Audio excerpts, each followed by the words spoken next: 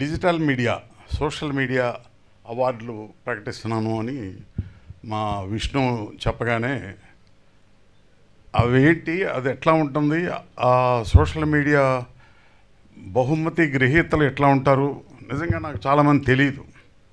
ఏదో ఒకళ్ళిద్దరు, ఇప్పుడు నాగేంద్ర ఉన్నాడు ఇక్కడ దగ్గరలో, ఒకళ్ళిద్దరు ఏదో కొద్దిగా తెలిసేమో, కానీ నాకు సోషల్ మీడియా, డిజిటల్ మీడియా దాని తాలూకు మనుషులు పెద్దగా తెలియదు. అప్పుడప్పుడు మా భరద్వాజ్ కూడా స్క్రీన్ మీద కనపడతా ఉంటాడు. ఎనీవే, వారికి అవార్డులు ఇవ్వటం నిజంగా చాలా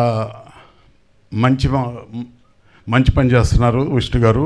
అయితే ఆ అవార్డు గ్రహీతలకు కానీ అవార్డులు రాని వారికి కానీ నా రిక్వెస్ట్ ఏంటంటే, మీ సోషల్ మీడియాలో కానీ మీ డిజిటల్ మీడియాలో కానీ ఎక్కువ భాగం కాదు, 100% మంచి కోసం,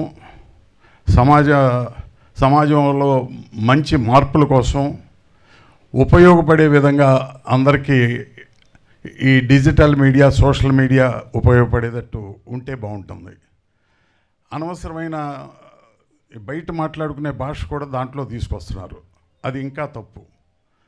మనం సోషల్ మీడియా, డిజిటల్ మీడియా ఉన్న కారణం ఏంటంటే,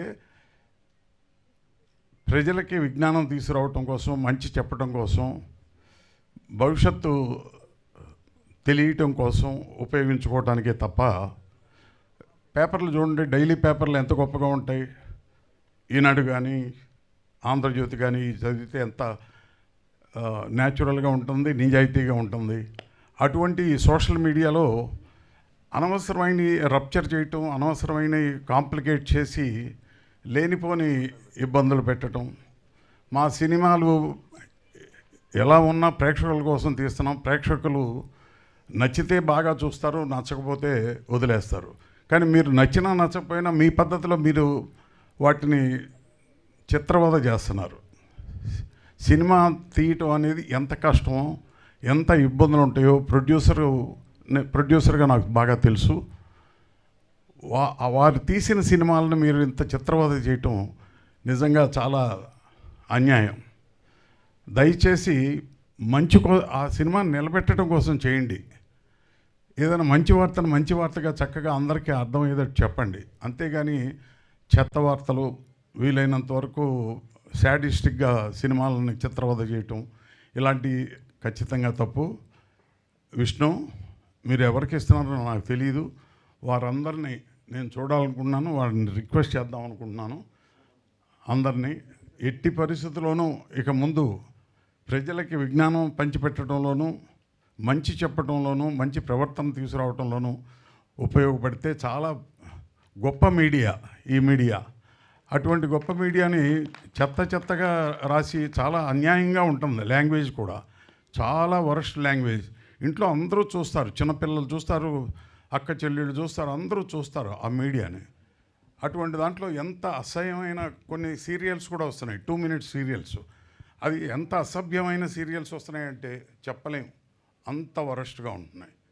ఎందుకు, ఈ సినిమాలన్నీ ఆదరించారు కదా, ఇట్లాంటి సినిమాలు చాలా పిక్చర్లు ఆదరిస్తున్నారు కదా.